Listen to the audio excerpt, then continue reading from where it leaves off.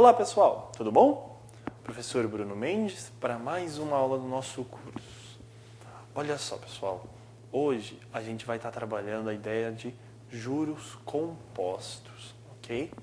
Que é a ideia de que a princípio a gente trabalhou na aula anterior, a ideia de juros simples.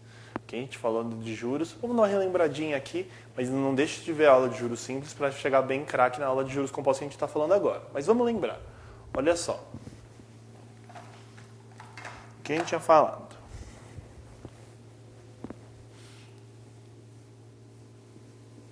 A gente falou de juros. A gente tinha falado que juros precisava de um capital, né? De um montante. Estava toda essa associação. Então, a gente tinha a associação do montante, do capital e dos juros.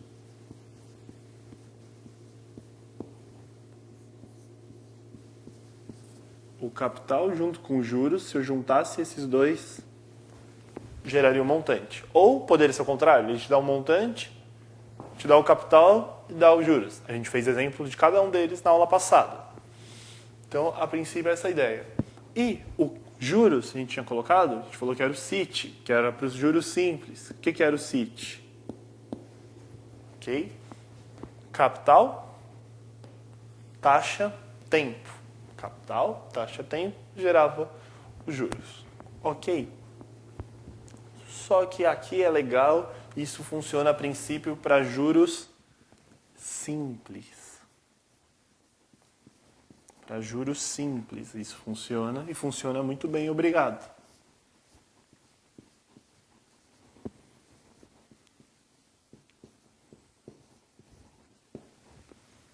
Mas grande parte dos nossos problemas, grande parte dos problemas que têm aparecido nas provas, em vários lugares trabalham esse tipo, a ideia do juro que a gente chama de juro composto.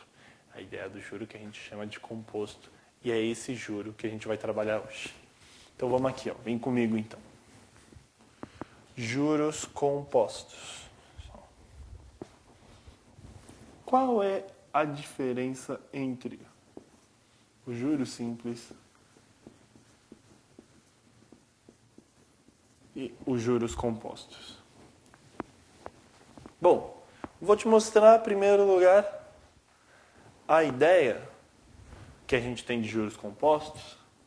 Primeiro, para te mostrar essa ideia de juros compostos, eu vou te mostrar como é que funcionava no juros simples, como é que a gente faz essa comparação, como é que a gente faz a ponte de um para o outro. Lembra do problema que tinha te passado na aula passada? Eu te passo ele de novo. Eu tenho R$1.000 aplicado no banco, com a taxa percentual de 10% ao ano. Se eu deixasse ele de acordo com o tempo, ia dar os juros e, consequentemente, eu teria um montante. Então, vamos só lembrar aqui. Ó. Olha só.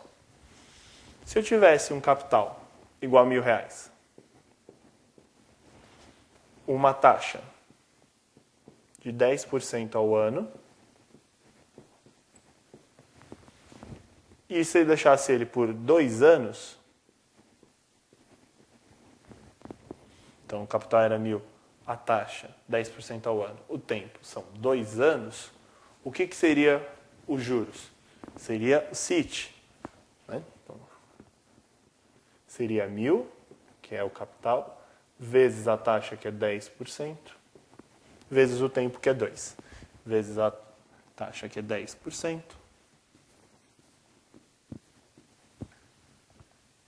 vezes o tempo, que é 2. E aí o que a gente vai ter? Quando a gente faz essa conta, a gente vai ter um juros de R$200. E se os juros é R$200, ok?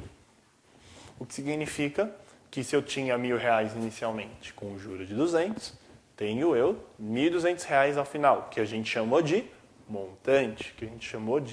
montante, Lembra? Montante é capital mais juros.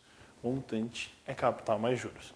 Isso continua valendo no juro composto? Claro, o montante sendo capital mais juros. O que vai mudar vai ser aqui. O que vai mudar vai ser a forma do cálculo dos juros, que é um pouco mais elaborada. Eu vou te explicar um pouquinho por quê. Vem comigo. Vamos lá de novo, problema? Eu tenho um capital de 1.000 eu tenho uma taxa de 10% ao ano.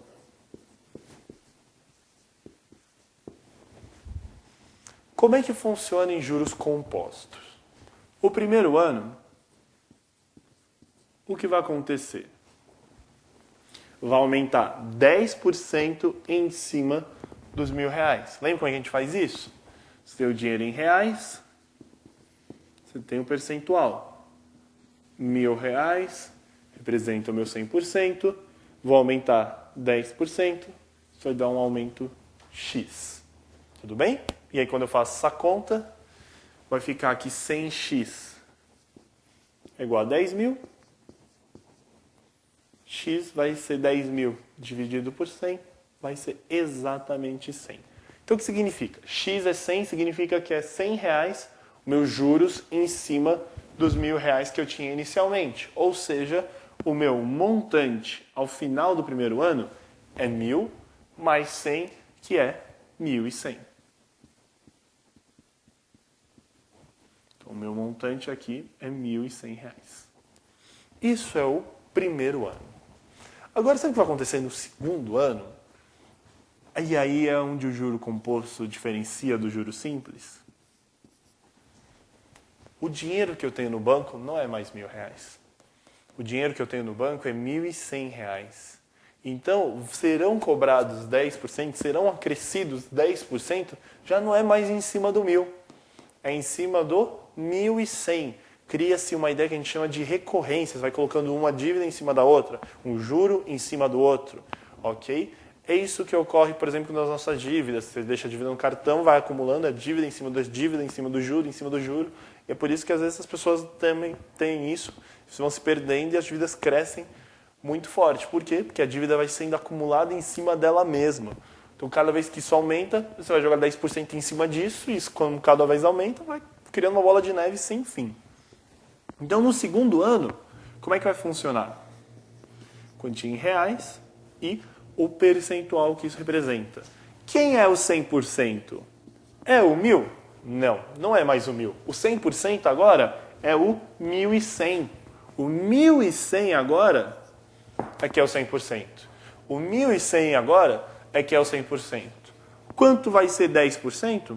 Chamar, sei lá, de um X, de um Y, de um Z, um balãozinho, qualquer letra que você quiser representar. E o que a gente vai fazer? Novamente, vamos multiplicar aqui.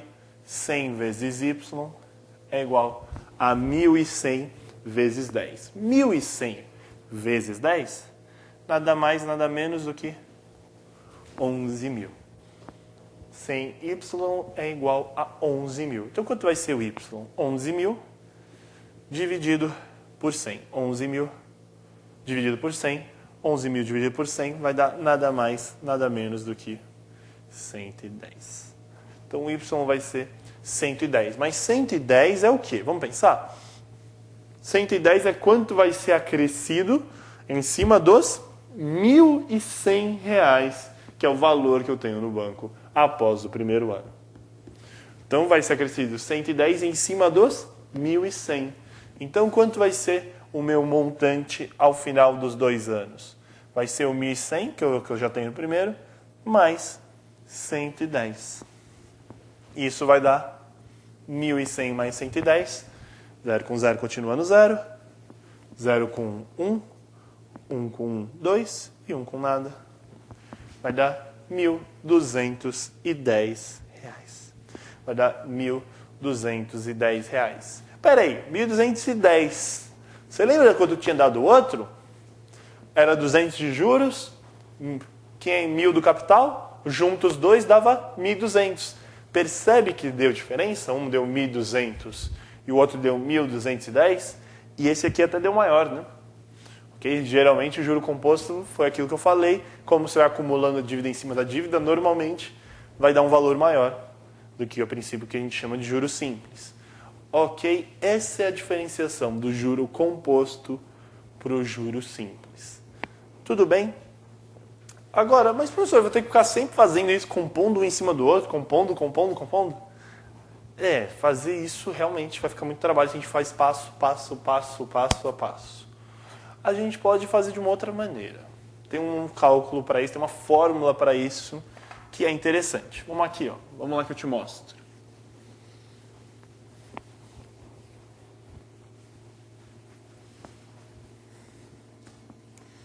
O que vai ser aqui, ó? O que vai ser o nosso para juro composto?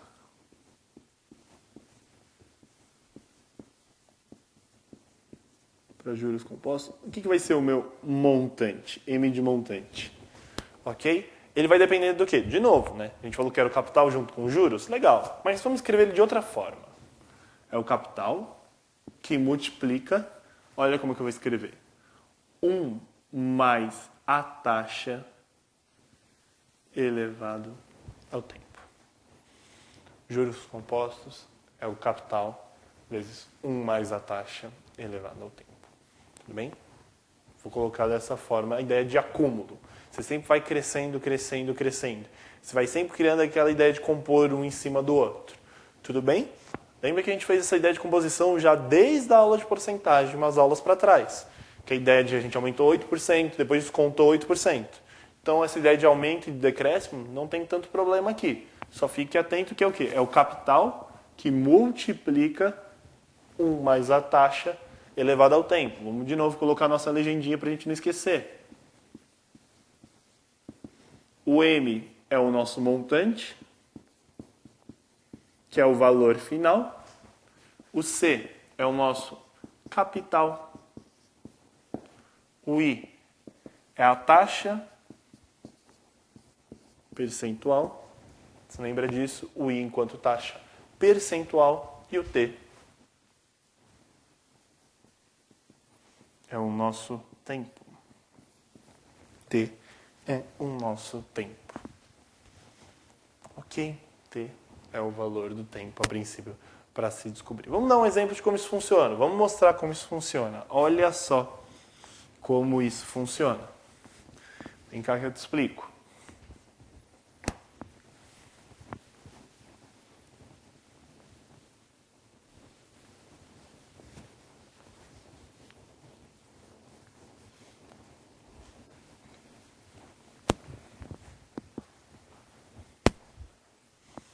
Olha só, vamos mostrar aqui.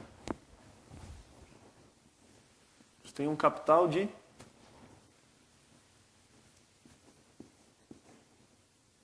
R$3.000. Você tem um capital de R$3.000. Você tem uma taxa de 10% AM. O que é a AM mesmo? Vamos lembrar? 10% ao mês. Tudo bem? Lembra? A.A ao ano, A.M ao mês. Tudo bem? E você vai aplicar essa taxa? Você vai aplicar ela por 3 anos.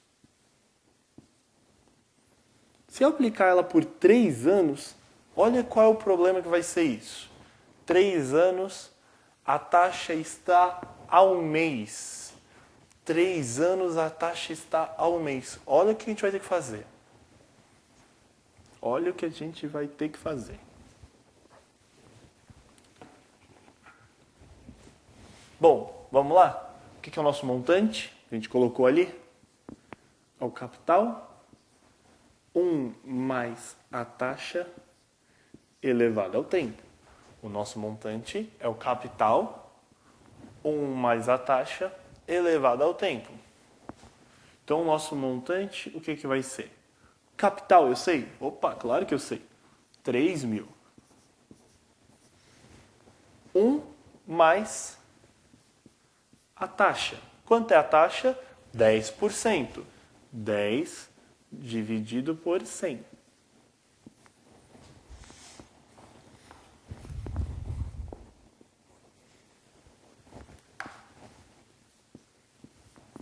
Elevado ao tempo. Elevado ao tempo. Peraí, quanto é o tempo? Ah, o tempo é 3 anos. Então eu vou colocar 3 aqui? Não, cara. Você não coloca o 3 aqui em nenhuma possibilidade, porque eu te dei o tempo em anos, mas a taxa eu te dei em meses. Se a taxa está em meses e o tempo está em anos, a gente precisa padronizar. Lembra que eu já tinha te falado isso já lá em juros simples, que você precisa ter taxa e tempo na mesma unidade de tempo. Como é que eu vou mexer nisso? Sempre, a sugestão que eu vou te dar é mexe no tempo. 3 anos, o que eu tenho? 1 ano são 12 meses. Então, 3 anos são 3 vezes 12 meses. 3 vezes 12 meses. Então, são 36 meses que você vai deixar aplicado.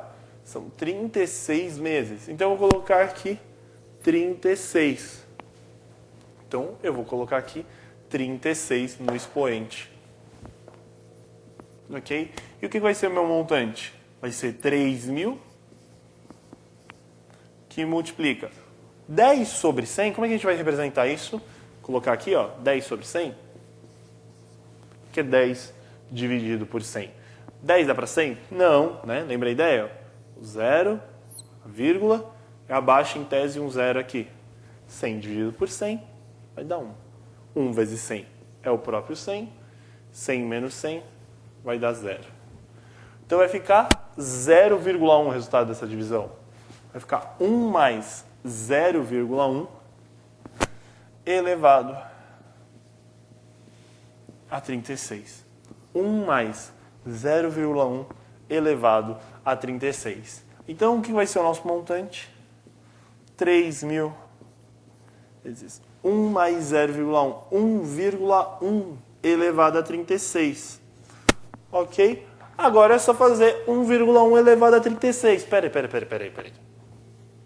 O que é 1,1 elevado a 36? Peraí, a gente teve isso na aula de potenciação, não teve? É pegar o 1,1, multiplicar por 36? Não, não é isso. É pegar 1,1 vezes 1,1 vezes 1,1 vezes 1,1, 36 vezes? Não, cara. Isso aqui é uma coisa que a gente não vai calcular, 1,1 elevado a 36. Não. Na sua prova, muito provavelmente vai estar assim, indicado, você só vai lá e marca a alternativa certa, preenche o seu gabarito corretamente.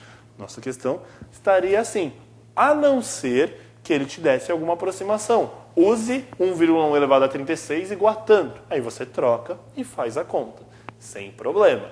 Mas fazer essa conta aqui na mão, esqueça, fora de cogitação isso aqui, ok? A não ser que ele peça tempos menores. Por exemplo, se fosse 2 meses, legal, vamos fazer 3 meses. Opa, 3 meses até tudo bem, mas 36, esqueça. Estaria indicado se fosse sua prova. Ok? Então a gente tem essa ideia aqui. O montante é 3.000 vezes essa expressão. Ótimo. Agora, se eu quisesse saber quanto é os juros, como é que eu escreveria isso? Só os juros. Pensa no seguinte, o que a gente falou? O montante é a junção do capital com os juros. O montante é a junção do capital com os juros. Então, se eu quisesse só os juros, o que eu faria? O montante é o capital mais os juros.